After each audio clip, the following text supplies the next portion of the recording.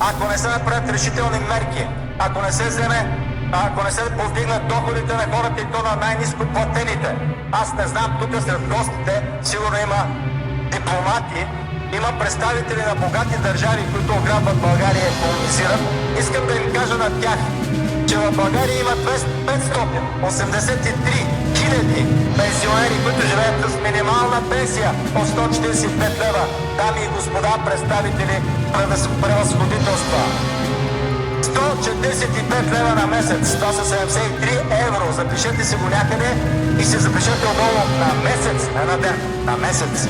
И предайте на вашите правителства, че в България повече от половин милион души живеят така. И се заинтересувайте най-после от това как живее народа в България. Не дейте да идвате тук с надути бужи да ни обяснявате как се прави демокрация от Брюксел. Елате да видите как живее българския народ. Елате да видите как живеят инвалиди, които не могат да си купят лекарства и не могат да си вземат асистент. Елате да видите как живеят 2,5 милиона пенсионери, които са работили цял живот за България. И тогава ни учете на демокрация.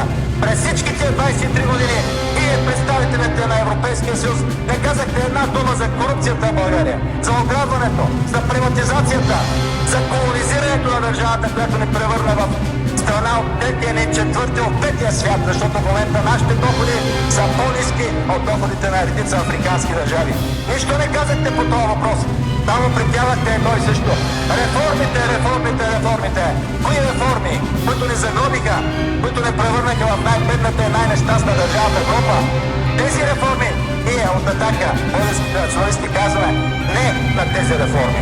Ние искаме приватизацията да се разгледа от начало до край. Ние искаме концесионните сделки да се разгледат от начало до край и да бъдат прекратени тези огради, които ограбват по няколко милиарда на година от нашите златни находища. И това го знаете всички, не си правите обушки. Десетки пъти го казват от тази трибуна. Десетки пъти казват: Борисов, прекратете тая концесия. Мълчание. Защо? Защо? Защо допуснахте да ни ограбват? Защо допуснахте през всички тия години и другите правителства, които бяхте? България да затъва, да затъва, да затъва и сега ще започваме отново. Сега ще се прераждаме. И те някои хора не могат да дишат вече. Hundreds of protesters have clashed with police in the Bulgarian capital of Sofia. The protesters gathered for an anti-government rally, but it soon turned for the worst. Frustration and anger boils over in front of the Bulgarian parliament. Violence flared at an anti-government rally when demonstrators, which has an overwhelming majority in parliament. But it'll probably see its support eroded as thousands are expected to lose their jobs. Organisers plan more protests in Sofia on Thursday.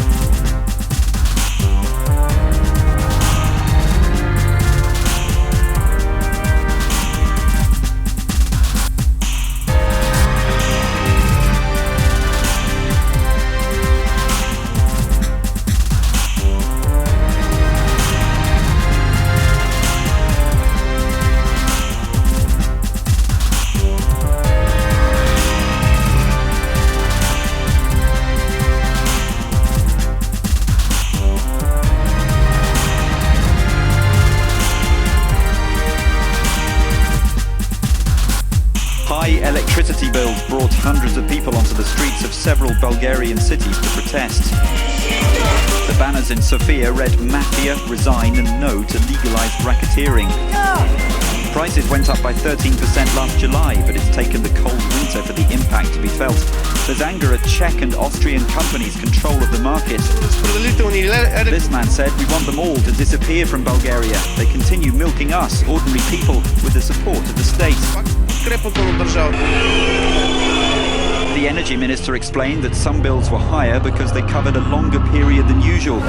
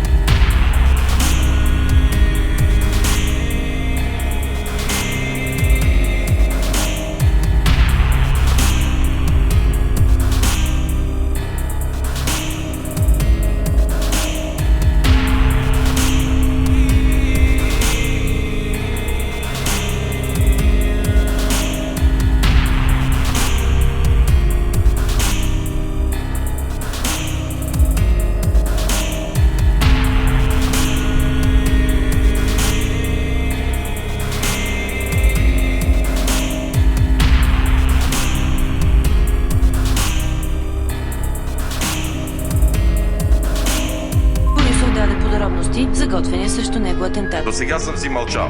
Да извикате директора на разузнаване. Да видите какъв материал е постъпил официално от партньорска разузнавателна централа, в която те уведомяват, че се подготви атентат по мен.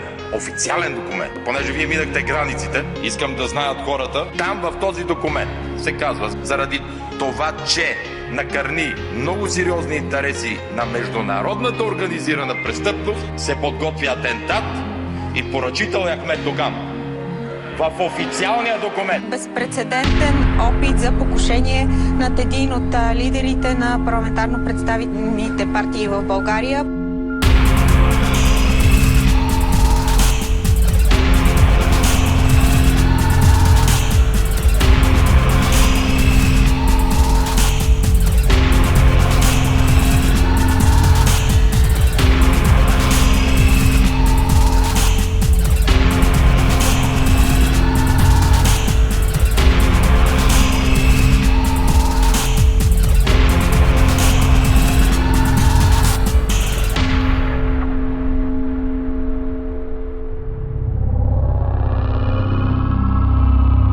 Bulgaria is one of the poorest countries in Europe for years, so the answer will be really simple. In the winter, the price for heating is extreme.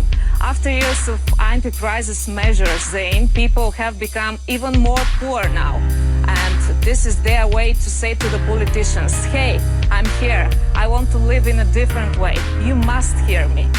And their self-sacrifice is not in vain, because you said that we have seen the government resigning, and the mayor of one of the biggest cities here in Bulgaria also left office. But the real change is yet to come, because the politicians don't have a choice now anymore, and they are obliged to listen to the people. Otherwise, nobody knows what is going to happen here in Bulgaria and when these cruel forms of suicide will stop. Honestly, I haven't seen so many Bulgarians at one place with one dream and with one thought in their mind. We don't want criminals in our parliament. We don't want mafia in our parliament. And we don't want parties who are not willing, who are not working for our interests to govern us. That's why we're all here, and that's why we're going to be here every day.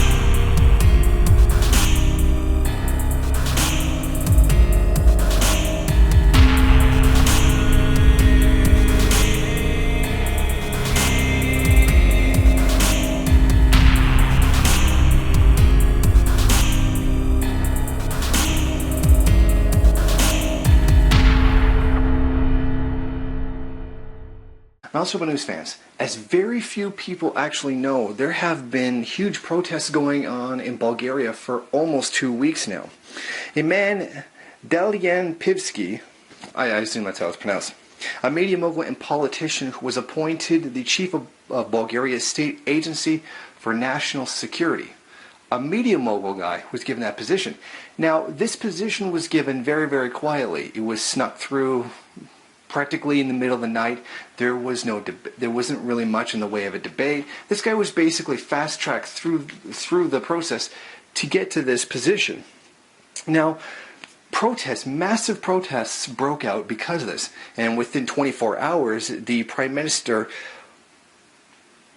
Orsharsky, I believe that's how it's pronounced, redacted the appointment and removed the man from the position. So these protests actually had a huge effect and were done. They achieved something within 24 hours, which is actually fairly remarkable. Now, this Pivsky, the guy who was given the job, has known documented connections to organized crime within the country, or at least crime in general, what they call criminal businessmen. Now, the people in Bulgaria are not just protesting because of this appointment. Now, this appears much like the protests in Turkey actually began over this one issue, but because of the social tensions that already exist, because of the problems ongoing in the country, it exploded into something much larger. Because of what's been going on in Bulgaria, the massive amounts of corruption, for example, many people find it actually hard to tell the difference from where, organized crime ends and the government begins. I mean, it's not like the way we understand the criminality of government, and that they are just criminals with the things that they do.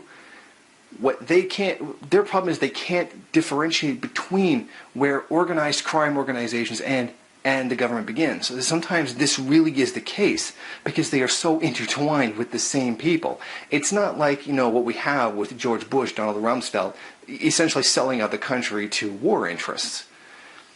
It's similar but different kind of situation. It's a little bit more complicated for them because it's like criminal organizations almost become the same as the government. And some of the people, they have a hard time telling where organized crime ends and actual government bureaucracy begins.